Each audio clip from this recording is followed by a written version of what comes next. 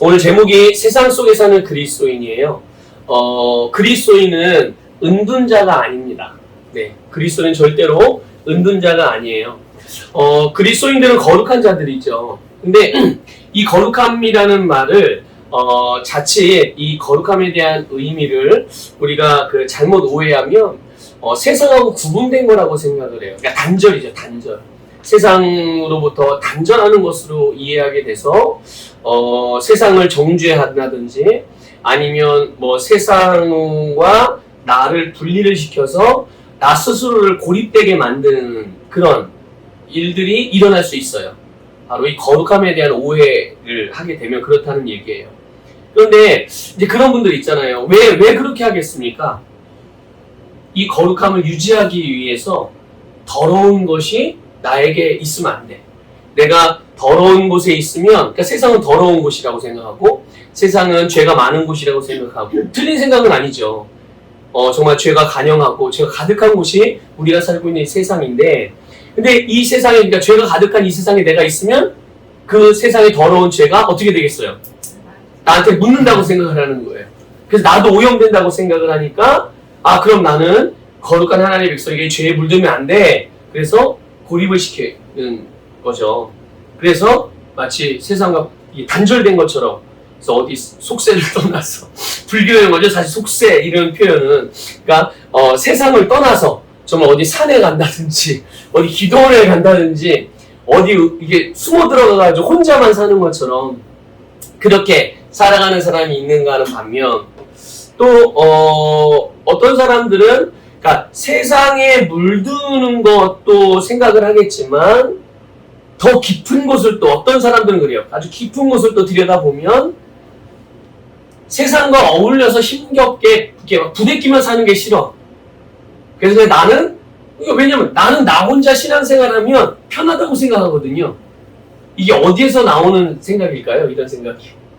자기중심적인 생각인 거예요.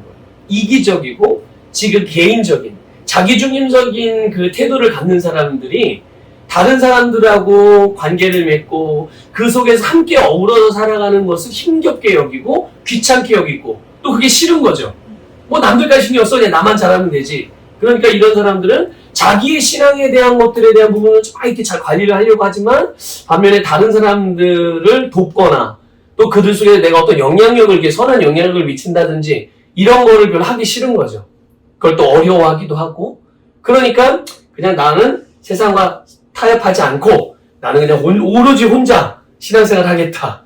이제 이렇게 신앙생활하는 케이스들이 있죠. 근데 사실 어제 두 가지 이런 다 케이스들이 다 실제로는 본인이 거룩하기 때문에 그래서 그렇게 태도를 취하는 게 아니라 사실 영적으로 성숙하지 못한 거죠. 영적으로 성숙하지 못하기 때문에. 그렇잖아요. 어린아이들은 절대로 다른 사람을 배려할 수 없어요. 다른 사람을 생각하지 못해. 뭐만 생각해요? 오직 나만. 오직 나만. 그렇기 때문에 내 입에 맛있는 게 들어오면 모든 게 다 행복해. 내 귀에 좋은 소리가 들리면 그냥 모든 게 다 행복한 거야. 그런데 그런 자기가 혹이라도 다른 사람이 어떻게 생각할지, 또 다른 사람의 필요가 뭔지, 또 다른 사람들을 도울 수 있는 게 뭔지, 이런 것들에 대해서 만일 생각을 한다든지 그러면은 그렇게 행동하지 않죠. 근데 어린아이들은 항상 자기가 좋으면 좋은 거고 자기가 싫으면 모든 게 다 나쁜 거고 안 좋은 거야. 근데 성장한 성인들은 그렇지 않죠. 어른들은. 정말 제대로 성숙한 사람들은 자기 스스로도 책임을 지고 자기 인생에 대해서 또 다른 사람들도 책임을 져요. 그래서 결혼을 해서 가정을 꾸리면 정상적으로 그 가정생활을 하는 사람들은 성숙하게 됩니다. 자연스럽게. 왜냐하면 그동안은 나 혼자 살았지만 이제 함께 살아야 되잖아요. 그러니까 그 사람을 위해주고 그 사람을 섬겨주니까 벌써 나에서 또 다른 사람을 배려하고 그 사람을 섬기고자 하는 마음이 지경이 벌써 이렇게 넓어져. 거기다 이제 또 하나님이 주시는 하나님의 선물인 자녀가 이렇게 태어나봐요. 그러면 또 이제는 내가 나와 다른 한 사람만이 아니라 또 다른 생명을 또 살리고 그 생명을 일으키고 그 생명을 정말 사람답게 살아갈 수 있게 계속 지원하고 도와야 되잖아요. 그만큼 어떤 거예요? 물론 책임감도 있지만 그만큼 자기의 인생을 다루고 또 그것들을 해나갈 수 있는 역량이 점점 키워지는 거죠. 근데 자기만 볼 줄 알고 자기만 돈을 벌 줄 실제 이제 자기 인생만 그러니까 내 인생 하나 건사하기도 힘들어. 이런 사람들은 이런 것들을 아예 엄두도 못 내는 일이죠. 그러니까 성숙하지 못한 거예요. 그런 경우는. 근데 이런 사람들은 결국은 하나님이 이 죄인들에게 하나님의 사랑을 어떻게 보여주셨는가, 또 하나님은 당시에 잃어버린 사람들을 어떻게 하나님의 품으로 돌아오게 하는가, 이런 거에 관심도 없고 알지 못하는 거예요. 그러니까 그냥 나만 잘 믿고 나만 잘 먹고 나만 잘 살고 그렇게 살다가 천국 가면 되지, 이렇게 생각을 하는 거죠. 그러니까 이런 사람들은 뭐 내가 직장 생활을 왜 하는지, 사업을 왜 하는지, 공부를 왜 하는지, 뭐 내가 왜 사람들을 만나고 교제하는지, 내가 왜 사회생활을 하고 있는지 그 이유와 목적을 모르는 거예요. 그냥 감각적으로 좋고, 그냥 내가 그냥 느낌이 좋고 감정이 좋아지고 그냥 쾌락이죠. 쾌락. 어떻게 보면 그런 것들을 추구하는. 근데 사실은 우리의 삶은 단순히 하나님이 그것을 위해서 주신 게 아니잖아요. 그러니까 하나님께서 우리를 구원하시고 그리고 우리를 이 세상 가운데 살아갈 수 있도록 오늘도 우리가 이 세상을 살고 있는 이유와 목적, 우리는 이 부분을 분명하게 알아야 되는 거죠. 성경은 그래서 그리스도인들을 여러 가지 모양으로 표현하지만 편지라고 표현하고 있어요. 그리스도의 편지요. 그리스도의 편지. 그러니까 편지는 내가 어떤 너에게 편지를 써가지고 누구에게가 사랑하는 사람에게는 내가 어떤 메시지를 전달하는 사람에게 주면 그것을 읽는 사람들은 이걸 읽으면서 누구의 마음을 알죠? 그걸 쓴 사람의 마음을 알죠. 그리고 이걸 읽으면서 그 사람의 그 원하는 바가 뭔지를 알고 또 이걸 쓴 사람의 성품도 느끼게 되고 그런 것처럼 그리스도인들은 예수 그리스도의 편지라고, 이 세상에 그리스도의 편지라고 말씀하셨고, 그렇다면 편지인 그리스도인들이 세상 사람들에게 비춰질 때 세상 사람들은 그 편지를 보고서 뭘 보게 되겠어요? 그리스도의 모습을 보게 되고 주님의 마음을 알게 되고 주님이 전달하는 메시지를 듣게 되고, 그래서 그 편지를 기록하신 주님께 나오게 하기 위해서 우리가 바로 이 세상 속에 살아가고 있는 거죠. 그런 면에서 보면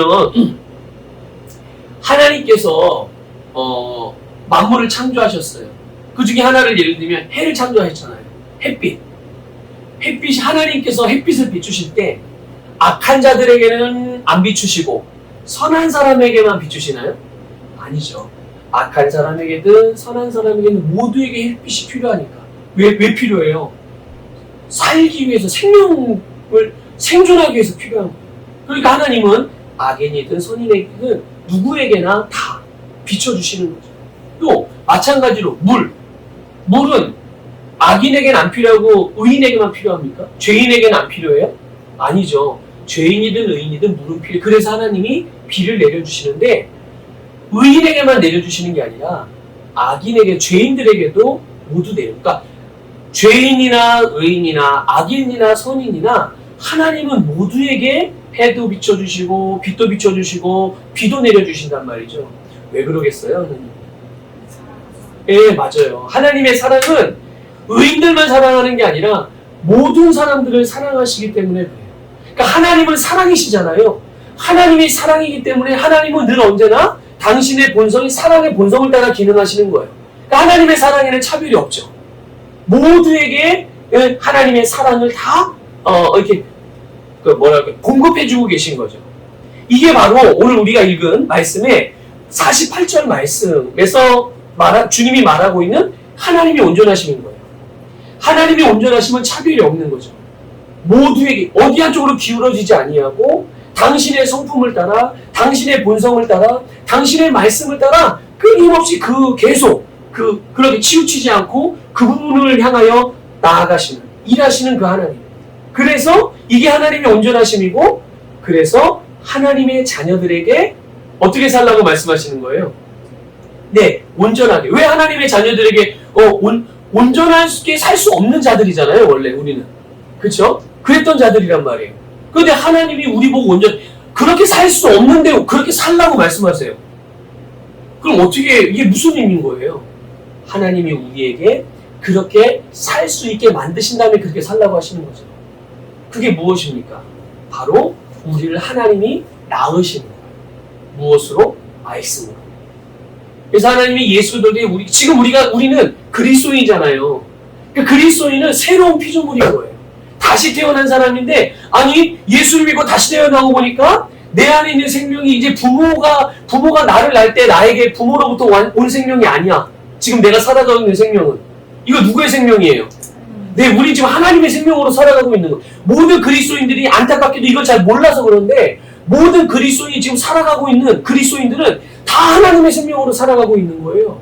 그러니까 하나님께서 우리에게 당신의 생명으로 살게 하셨기 때문에 내가 거룩하니까 너도 거룩해라. 내가 온전하니까 너희도 온전하게 살아라 라고 말씀하신 게 무리가 아닌 거예요. 우리에게 억지로 하는 게 아니야. 할 수 없는 걸 하라고 하시는 게 아니라 네가 그런 존재이기 때문에 너는 온전한 존재야. 그러니 온전하게 살도록 해 라고 말씀하시는 거죠. 하나님 나라에 속한 그리스도인이 이 세상에서 사는 삶의 방식, 그것은 하나님과 같이 온전하게, 오늘 말씀의 주제와 연결해서 본다면 바로 누구에게나 공평하게 살아갈 수 있는 그런 사랑의 삶. 나를 사랑해주고 나를 좋아해주는 사람에게만 사랑하는 게 아니라 나의 세상에는 나를 좋아하고 나에게 잘해주는 사람도 있죠. 근데 내가 살아가는 세상은 나를 미워하는 사람도 있단 말이에요. 그건 내 세상이 아니야? 아니죠. 그것도 내 세상인 거예요. 그러니까 내 세상 안에 있는 모든 존재, 모든 사람, 모든 대상, 모든 영역을 바로 하나님이 온전하신 것 같이 온전하게. 마치 하나님이 악인에게 해를 비추고 선인에게도 해를 비추고 의인에게도 비를 주시고 죄인에게도 비를 주시는 것처럼 하나님께서 우리에게 주신 이 사랑을 모든 사람과 모든 대상들에게 흘려보내는 삶. 여러분, 예수님의 삶이, 예수님이 이 땅에 사실 때 어떻게 사셨어요? 예수님은 죄인들에게 찾아가셨어요. 물론 죄인들이 예수님에 오기도 했지만 먼저 예수님이 찾아가셨단 말이에요. 또 병든 자들을 예수님이 찾아가시기도 해요. 그래서 그들 속에서 함께 사셨잖아요. 그래서 그들을 거부하거나 멀리하지 않았어요. 자, 그런데 중요한 건 이거죠.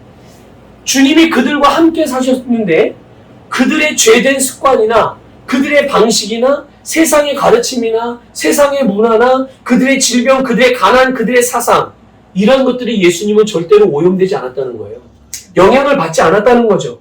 그리고 오히려 반대였어요. 그들을 진리인 말씀과 생명의 능력으로 구원해, 그들을 깨끗하게 하고 그들을 치유하고 그들을 온전케 하고 그들을 구원하신 거예요. 이걸 통해서 우리가 알 수 있는 게 뭡니까? 아, 예수님이 왜 오셨는가? 예수님이 왜 오셨는가? 죄인을 부르러 오신 거예요. 죄인을 정죄 심판하러 오신 게 아니라 죄인을 부르신. 그 동일하신 예수님이 우리를 죄가 가득한 세상에 보내셨어요. 우리로 죄가 가득한 곳으로 보냈죠? 죄인들에게 보낸 거예요? 우리 주변에 항상 죄인들이 오고, 세상 사람들이 오고, 심지어 나를 미워하는 자들도 와요. 그들도 우리의 세상 속에 여전히 있죠. 근데 우리를 거기다가 보내신 거란 말이에요. 왜 보내셨을까요? 예수님께서 이 땅에 사실 때 바로 그런 사람들에게 하신 일을 똑같이 하도록, 예수님과 똑같이 하도록, 그래 진리인 말씀으로 그들을 정결하게 하고 그들을 구원받을 수 있는 예수님께로, 우리가 구원하는 건 아니잖아요. 그렇죠? 우리는 그분 앞에 나오게 하는, 우리 지지난주인가요? 우리 치유의 말씀을 함께 주일날 나눈 적이 있죠. 그때 마치 모세가 한 것처럼 모세가 불뱀에 물려서 다 죽어가고 여기저기서 죽어가고 있는 질병으로 고통받고 있는, 신음하고 있는 그들을 향해서 돌아다니면서 말하잖아요. 여러분, 여기에 매달린 놋뱀을 바라보십시오. 이 놋뱀을 바라보면 삽니다. 이게 뭡니까? 예수 그리스도를 바라보십시오. 예수 그리스도께 나오십시오. 그분을 믿으면 당신 살 수 있습니다. 이거 아니에요? 그렇죠? 그러니까 모세가 그들을 살린 게 아니라고. 모세가 그들을 구원한 게 아니에요. 모세가 하는 일은 뭐였어요? 그들을 예수님에게로 인도하고 예수님을 볼 수 있게끔 안내하는 역할인 거예요. 우리가 할 일이 바로, 우리가 하는 일, 그리스도인들, 이 세상 속에 살고 있는 그리스도인들이 하는 일이 바로 그런 거예요. 우리가 하는 일, 내가 구원하고, 내가 뭘 하고 이게 아니라, 우리는 그들에게 말씀을 전하고, 우리는 그들을 그냥 주님께로만 인도해서, 그들로 하여금 주님을 보게 만들어주고, 볼 수 있는 기회를 주는 거죠. 그들로 하여금 예수님을 믿을 수 있는 기회를 주는 거고, 그러면 그들이 보면, 그들이 믿으면, 바로 구원을 받는 거죠. 그래서 주님이 우리를, 모든 사람들이 예수님을 믿으면 하나님의 자녀로 거듭나잖아요. 구원을 받잖아요.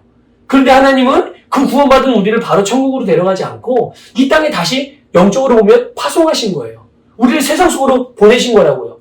예수님이 이 땅에 오신 것처럼 똑같이 우리를 세상 속에. 그래서 예수님이 이 땅에 사시면서 행하셨던 그 일을 바로 오늘의 그리스도인들이 자기들 세상 속에 살면서 그 일을 똑같이 함을 통하여 어둠, 죄, 질병, 가난, 악한 영들, 이런 것들에 영향받지 않고 오히려 그것들에게 생명과 구원과 사랑과 치유와 부여와 형통과 모든 하나님의 축복의 영향력을 주어서 그들을 구원할 수 있도록, 주님께로 나올 수 있도록, 이렇게 하기 위해서 주님이 우리를 똑같이 세상 속으로 보내신 거예요. 모든 그리스도인, 그리고 오늘 우리 함께 예배드리는 우리, 이 시흥 제자교회 우리들이 바로 지금 세상 속에서 그 일을 하기 위해서 우리가 살아가고 있는 거예요. 그런데 여기는 한 가지가 필요해요. 세상 속에서 그리스도인들이 세상 속에 살아가는 데 있어서 여러 가지가 필요하죠. 오늘 하나만 말씀드리면 용기가 필요해요. 용기가 필요합니다. 어떤 용기냐? 종교 생활을 단호하게 거부할 수 있는 용기가 필요해요. 종교 생활. 그래서 모든 종교인들은 공통점이 있는데 그게 뭐냐면 그들의 삶에는 세상의 기준과 세상의 수준 안에서 행한다는 거예요. 모든 윤리적인 기준, 도덕적인 가치 기준, 또 그들의 어떤 사상의 기준, 다 그 기준이 뭡니까? 세상이에요. 세상의 기준보다 조금 세상의 기준만큼 살아가든지 아니면 세상의 기준보다 조금 더 나아 보이는 삶을 사는 게 종교인들의 삶이거든요. 성경에는 그런 사람들이 어떤 사람들이에요? 사두개인들, 바리새인들, 대제사장들, 그런 사람들 아니겠어요? 오늘 우리식으로 표현하면 우리 지금 그럼 오늘 이 시대에 그 교회 안에 있는 그리스도인들이 어떤 사람들이에요? 율법주의자들, 율법적으로 신앙생활하고 겉과 속이 다르고 교회와 집에서의 삶이 다른, 말과 행동이 다른, 이게 바로 종교적인 그리스도인들인 거죠. 근데 이거를 정말 단호하게 거부할 수 있는 용기가 필요하다는 거예요. 세상 속에 살아가는 그리스도인들은. 그러니까 이런 사람들은 하나님의 말씀을 부분적으로만 행하는 거죠. 지금 보세요. 우리가 이런 말씀을 너희가 너희를 사랑하는 자를 사랑하면, 그렇죠? 하나님은 우리 보고 주님은 우리에게 사랑할 때 누구까지 사랑하라고 말씀하세요? 원수까지도. 그런데 보세요. 주님은 우리에게 원수까지 사랑하라고 그러는데 내 이웃을 다 사랑하는 거예요. 다 사랑하는 누구 한 부분 빼는 게 아니에요. 자, 그런데 내가 나를 사랑하는 사람만 사랑해. 그럼 이거 주님의 말씀을 다 지키는 거예요? 다 행하는 거예요? 부분만 행하는 거예요? 부분만 해. 그런데 그것만으로도 스스로 어떻게 생각해요? 아, 지금 내가 잘하고 있구나 이러고 생각을 해요. 다른 사람들도 어때요? 다른 사람들도 그거에 박수 쳐주고 신앙생활 잘하는구나 이렇게 평가한다는 거죠. 이게 다 종교적인 수준인 거예요. 세상의 가치 수준. 네? 그리고 내 형제에게만 안부를 전하고 내 형제에게만 내 형제가 지금 먹고 사는 데 문제는 없나? 내 형제가 지금 고민하고 있는 건 없나? 아니 내 옆에 있는 옆집에 사는 사람도 있잖아요. 나와 함께 내 세상 속에 있는 사람들도 나와 연결된 사람들이 다 있잖아요. 근데 내 꼭 혈연, 학연, 지연으로 연결된 사람들만 무난하고 그들에게만 관심을 갖는 거, 이거는 세상 사람들 다 누구나 한다니까. 그래서 종교적인 사람들은 그런 것만큼만 해도 대단하다고 여기는 거죠. 그러나 여러분, 우리가 사는 세상에 아까도 말씀드렸지만 나를 사랑하는 사람도 있지만 나를 미워하는 사람도 우리의 세상 속에 들어있어요. 그리고 우리의 세상 속에는 나의 혈연, 지연, 학연 이런 뭔가로 연결되어져 있는 형제자매만 있는 게 아니란 말이죠. 나를 대적하는 원수까지 있는 거예요. 자, 그러면 그들에게는 어떻게 할 거예요? 그들에게는 오늘 48절에서 주님이 말씀하세요. 하나님이 온전하신 거지. 자, 하나님이 누군데? 나와 어떤 관계예요? 나의 아버지잖아요. 나의 아버지가 온전하니까 우리도 온전할 수 있어요, 없어요? 있는 거죠. 아버지가 온전, 자식은 당연히 그 온전한 DNA를 가지고 있는데, 그런데 우리가 그거를 자꾸 안 바라보고, 그걸 바라보지 않고 우리의 눈이 자꾸만 땅에 떨어지는 거예요. 사람들을 보고, 세상의 기준을 보고, 세상의 분위기를 보고, 이런 걸 보니까, 그러니까 보세요. 우리가 아까 세상을 살아가는 그리스도인들의 용기가 필요하다고 그랬는데 어떤 용기라고 그랬어요? 종교적인 삶을, 종교적인 신앙생활을 단호하게 거절할 수 있는 용기가 필요한 거예요. 다 주변에서 전통적인 신앙생활을 하면서 하는 사람들이 하나님의 기준으로 신앙생활을 하고 말씀으로 기준을 잡고 살아야 되는데 이 정도만 해도 되는 거 아니겠어? 도대체 이 정도의 기준은 뭘 보고 기준인 거예요? 이 정도의 기준은. 이 사람하고 나하고 신앙생활을 비교해 보니까 이 사람보다 내가 조금 더 잘하는 것 같아. 이 사람은 10분 기도하면 난 15분 기도하거든? 또 이 사람은 온전한 11조를 안 해. 11조에 한 10% 정도 20번 떼먹어. 근데 나는 그래도 100% 11조를 하거든? 그러니까 이렇게 비교를 하면서 그래 이 사람보다 아니 우리 교회 아니 저 옆에 있는 어느 A라는 교회는 우리 교회보다 크면서 맨날 힘들어하고 어렵고 맨날 싸우고 막 다투고 그래. 근데 우리 교회는 작지만 우리 교회는 그래도 기도도 열심히 하고 모두가 성도들이 화목해. 그러니까 그래 우리 교회 정도만 돼도 얼마나 우리가 교회에서 존재하는 어떤 이유라든지 의미가 있는 거 아니겠어? 이렇게 도대체 그 비교 기준이 뭐예요? 우리는 다른 사람, 다른 대상으로 해서 비교해서 그거보다 조금 더 나은 모습이 아니라 하나님의 지금 말씀대로 우리가 기능하고 있느냐? 그렇지 않아요. 이게 중요한 거예요. 그러니까 우리는 항상 세상 속에 살아가는 그리스도인들에게는 절대적인 기준은 유일하게 딱 하나밖에 없는 거죠. 그게 뭡니까? 하나님의 말씀이에요. 이걸 단호하게 딱 선택을 해야 되는데 이 종교적인 주변의 크리스찬들이나 또 우리를 위해서 조언한다고 하는 이들의 말들을 들어보면 그들의 신앙생활 행태를 보게 되면 우리가 늘 그렇게 살아왔잖아요. 근데 그런 살아왔던 것들을 말씀을 보니까 이게 아니라고 했을 때 내가 그렇게 3년을 살았든 그렇게 5년을 살았든 이게 말씀과 다르다면 과감하게 이걸 개혁하고 변화시키고 말씀으로 바꿔가야 될 용기가 필요하다는 거죠. 근데 이거를 하려고를 시도를 못하는 거예요. 시도를. 그래서 오늘 우리에게는 이 용기가 필요하니. 자, 그럼 이 용기가 어디서 나올까요? 이렇게 종교적인 신앙생활하고 종교적인 믿음 생활을 하는 그런 것으로부터 우리가 단호하게 그것들을 거절할 수 있는 용기가 어디서 나오냐? 바로 거듭난 내가 누구인가 정확하게 알 수 있는 그 인식으로부터 나오는 거예요. 내가 누구인지에 대한 이 정체성에 대해 정확히 인식을 하면 결국 이 용기가 우리 심령으로부터 흘러나오게 되는 거죠. 주님은 분명히 거듭난 우리가 누구인지에 대해서 말씀하셨거든요. 여러 가지가 있지만 우리 성경을 한번 찾아볼게요. 마태복음 5장 13절부터 15절 볼게요. 마태복음 5장 13절 15절 같이 읽겠습니다. 시작. 너희는 세상의 소금이니 소금이 만일 그 맛을 잃으면 무엇으로 짜게 하리요? 후에는 아무 쓸데없어 다만 밖에 버려져 사람에게 밟힐 뿐이니라. 너희는 세상의 빛이라. 산에 있는 동네가 숨겨지지 못할 것이요 사람이 등불을 켜서 말 아래에 두지 아니하고 등경 위에 두나니 이러므로 집안 모든 사람에게 비치느니라. 아멘. 보세요. 여기에 보면 우리는 빛과 소금이라는 거 알죠? 그런데 중요한 수식어가 있어요. 어디에? 소금도 세상의 소금이고 빛도 세상의 빛인 거예요. 그러니까 그리스도인은 누구냐? 세상의 어떤 사람이냐? 세상의 소금이고 세상의 빛인 거예요. 그러니까 세상을 떠나면 그리스도인의 의미가 있어요, 없어요? 존재의 의미가 없는 거예요. 이게 너무나도 놀라운 말씀인 거죠.